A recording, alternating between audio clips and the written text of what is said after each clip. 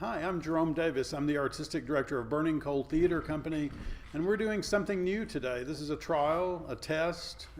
We're the guinea pigs. This is Jerry Sipp, the newly appointed artistic director of the Justice Theater Project here in Raleigh, and we're going to do a variation on speed dating. So I'm going to ask Jerry a question, he's going to ask me a question, and hopefully we'll get to know each other a little better, although we do already know each other quite well. Jerry, I'll start if you don't mind. Sure. You were a producing artistic director here in North Carolina for 20 years. What in the world drew you back in, and why now?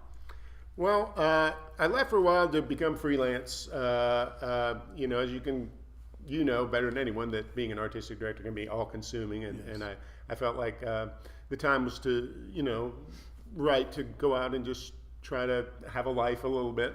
And I always said if I was going to come back to it, it would be something that really drew me back in, that pulled me back in so hard that I couldn't resist. Right. And I'd worked with the Justice Theater since coming back to North Carolina around 2011 in various projects, and I got to know the people over there and got to know, their mission of doing, social justice-based work and trying to change the world a little bit, one show at a time. Mm-hmm. And that was something I could really sink my teeth into, so that's why I came back. Fantastic. Yeah. So I had a question for you. As you know, my father was an early adopter of Burning Coal way back when, and he was very excited about this show. And when I was, living out of town, he said, "You got to come into town and see this show. It's called The Weir." This was our first production. That is correct. It was about, I don't know, close to 20 years ago. I think it was in the year 2000. Yeah. Right. Yeah. And to date, that was the finest show I'd seen in the Triangle area, and so now you're bringing it back. So why The Weir and why now? Well, the short answer is that I love the play. Also, I think that it's a play that speaks to us right now, perhaps more so even than it did in the late 90s and early 2000s. It has a lot to do with questions that are coming to the forefront as a result of the Me Too movement. Mm-hmm. But it's not black and white. There are no good guys or bad guys in it. There are no villains or heroes, heroines. It's just five people who are in a room and are trying to remember how to be decent to one another. Mm-hmm. And I think over the course of the play, they figure it out. So it's a very uplifting play. Great. And my next question for you, Jerry, is has to do with the Justice Theater Project and that idea of a themed season, which I find very, very interesting. They've been doing that for a number of years, but with a themed season, you explore one social justice issue at a time. Tell me a little bit about this year's theme and what were you the one who picked it, or? No, I can't take credit for that. We have an artistic committee at the theater, and of course I'm on that committee now. Right. But at the time I was not. But those committees have just an amazing ability to just put their finger on the pulse 18 months in advance when they choose this theme, what people are going to be talking about then. And this year's season, to piggyback on what you just talked about, is about the woman empowered. So all the shows have a theme that has to do with not just women's issues, but strong women and how they're demanding the respect that they really should have been getting all along. So with the Me Too movement and things going on in the Supreme Court and pay inequality and you name it, there's so many issues that are coming up today that make that theme just spot on, I think. Good. And I know that I Am My Own Wife is in the season, Black Nativity. What else is on the season at JTP? So we have those three in quick succession, those three shows in 2 months. And then come in February, we have Men on Boats, which is the story of the 10 men that go down the Colorado River for the first time to map it. But all 10 men are played by female performers or female identifying performers. Yeah. And then we have a wonderful comedy called Real Women Have Curves about the Latina experience. That comes up in April. And then in June, our June musical is Caroline or Change, about a African-American single mother dealing with life in the 60s. Tony Kushner. Tony Kushner, Pulitzer Prize winning playwright. Janine Tesori, I think. That's correct. The music. Yeah. Very good. So I wanted to ask you, The Weir is by Connor McPherson, obviously, Sure. and you've directed all of his plays. I think this is the 6th play by Connor McPherson. We've done 5 of his plays, but we've done 2 of them twice. So 7 productions of McPherson. And you starred in St. Nicholas, I think one-person show, right? So why the love for Connor McPherson? I love his writing. I love the musicality of it. It's a little tricky to direct, frankly, because you're sitting in the room and you can get carried away with the music of the thing and stop focusing on what you're supposed to be focusing on, like where the actors are on stage and that sort of thing. And I do find that happening to myself. It makes me feel good to be in a room where those words are being spoken in that order, and so I want to give that to the audience. I want to give the experience to our audience. Most theater people don't really know McPherson's work very well, and I want our audience to have the pleasurable experience that I have when I read or when I listen to his words spoken. Excellent. Jerry, are you keeping busy? Well, yeah, I've had to hit the ground pretty much running. Like I say, we're doing 3 shows in 2 months. So we started out with Doll's House Remodeled, which was a world premiere for us, based on, of course, Ibsen's classic, and it got wonderful reviews, and we're really proud of those folks. And then, again, we have I Am My Own Wife coming up November the 14th through the 18th. It's a one-person tour de force show. And who's playing the part? Brian Westbrook, one of my favorite, most versatile actors in this community, I think, and it's directed by Jackson Cooper. Brian plays 35 different characters in 2 hours or less, so it's a perfect role for him. And then, again, we have kind of an all-new Black Nativity this year, 2018. That's December 14th through the 18th. This is, we change the show a little bit every year so that audiences can see something a little bit new. This will probably be the biggest changes of all because we have a new director, Jamaica Holloway Burrell, is going to be directing this year. We have a new music director who we're super excited about named Ray Watkins, who used to sing with Earth, Wind, and Fire and all sorts of other things that he's got on his resume. We have a lot of new cast members, a lot of new songs, but then the same feel, so we'll be paying homage to everything that's come before us with Black Nativity, but it will have a new feel, new soloists, but the same great dancing and costumes and things like that. That'll be over at NC State at the Stewart Theater. We're trying something different this year. We're doing a couple of performances over at our home theater, which is Umstead Park United Church of Christ in Raleigh off of Highway 70. And then we'll take it over to Stewart Theater for several days. Terrific. Give North Raleigh the chance to hear that material. Right. That's great. That's terrific. So let's talk a little bit about theater in general now. Like, what is the capital T theater doing wrong today, in your opinion? What are we doing wrong? Well, I'll speak about the American theater. I think that we are making really this applies to all arts in America, making them far less accessible to people. In England, it's more or less true that if you don't go to Oxford or Cambridge or work 3 times as hard, you don't succeed over there. And we're starting to enforce a model similar to that here, and that's all about economics, right? If you can afford to go to Yale, then you are halfway around the track before the foot race even begins, right? And there's a strong argument to be made that that's not winning a race, that's having an unfair advantage. And so what we need to do is we need to find a way to make training for the arts accessible to everyone, and I think that has to start in our public schools. And unfortunately, right now, at least here in North Carolina, we're going in the other direction. Yeah, I agree.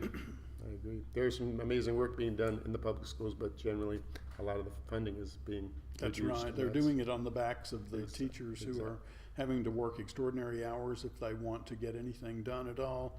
What do you think is the role of theater, Jerry, I mean, we live in a very charged political climate right now. The only time that seems comparable in my life would have been maybe the heated summer of 1968 with the assassinations of MLK and Robert Kennedy and the rioting at the Democratic Convention in Chicago. What is the role of theater in a charged society like that, where the vast majority of people don't go to theater? Well, to steal a phrase from Harper Lee or Atticus Finch, I mean, I think that you never really get to know a person until you walk around in their shoes and see things from their point of view. And right now, I believe we're seeing things from each other's point of view. We're all very much in our own camps, and we're not really listening to one another. Right. Until we do that, I think we're doomed to repeat ourselves. So theater, more than any other art form, in my opinion, that's one of the reasons I got into it, is I got to see things from people's point of view by portraying them or directing other actors on what would motivate that person. And I think until we start getting back to I do a lot of screaming at my radio in the car, but I don't do a lot of screaming to people in person because as long as we're screaming, we're not talking to one another, and we need to start that conversation again. And theater's a good place to start it. It's Woody Guthrie famously had on the back of his guitar, "This machine kills fascists." I think the theaters all should be emblazoned with the phrase, "This machine develops empathy." Because that is what it happens when an audience comes into a room. Okay. So what I asked you what theater's doing wrong. What is theater doing right today? Well, that's a really good question. And again, I'll speak from the perspective of the American theater. I think we're doing diversity really well. The Justice Theater Project is a prime example of that. We are saying forcefully, this is something that matters to us, and damn the box office receipts, we're going ahead with this. We want to do a play like I Am My Own Wife. We're going to do that play, and we're going to trust our audience to be interested enough in that material to come and see it. And sometimes it works and sometimes it doesn't. Knock on wood that your production does, but whether or not it does, it's forcefully saying we are willing to put our money where our mouth is. And that's not something you see in many other walks of life. If you go to the historically black neighborhoods in most cities in America, not just the South, but in most cities, you will have a hard time finding a grocery store, a serious grocery store, and that's because the big corporations that decide where the grocery stores get put aren't willing to put their money where their mouth is. But the theater does that, and I think that the next step for us would be to start focusing as forcefully on economic issues as we have on identity politics issues. Last question, Jerry, and this one may throw you a curve, but what is the craziest thing that's ever happened to you on stage that you can tell in 30 seconds? Oh, boy. I have a million stories, and most of them would take more than 30 seconds. If you're in theater long enough, you would. The one that pops to mind is when I was playing John Wilkes Booth in front of 250 middle school students in a space about the size of Burning Coals Theater, and my pants ripped from my zipper to my belt. And there was about 30 minutes left in the show, and my character never left the stage. And so that was creativity in action of how to get through the rest of that. You had limited blocking for those 30 minutes, I would imagine. Right. And a new costume. There was luckily a cape on the stage that I pilfered and donned. I wasn't fooling anyone in the audience. They'd all seen my tighty-whities for quite a bit of time until then. I figured that out. Well, that's funny. That's very funny. All right, so you asked me a fun question, so I'll ask you one. If you were king for a day, what would you do to make the world a better place? King Jerry. This will be an impolitic response, but I would cut our military budget in half and give that money to the education system in our country. I bow down to the king. Thank you. Okay, and now we're going to do something extra special. We're going to do a lightning round where we're each going to ask each other the same question, and we're going to ask that you respond to it just as quickly as you can without thinking about it very much. Favorite restaurant? Neo-Asia. Okay. I love Chinese food. And favorite sport? Oh, everyone knows I'm the world's most obnoxious Tar Heel basketball fan. That's not a sport. It is for me. Yeah, very good. Favorite movie? Death is easy, comedy is hard. Young Frankenstein. Very good. Least favorite movie? Probably Friday the 13th part anything. Most influential theater artist in your life? Scott Copeland of the National Children's Theater was my mentor in college, and Steve Lloyd was my mentor on how to have a career. So those two guys made a lot of difference in life. All right, here's yours. Yes. What profession would you be in if you weren't in theater?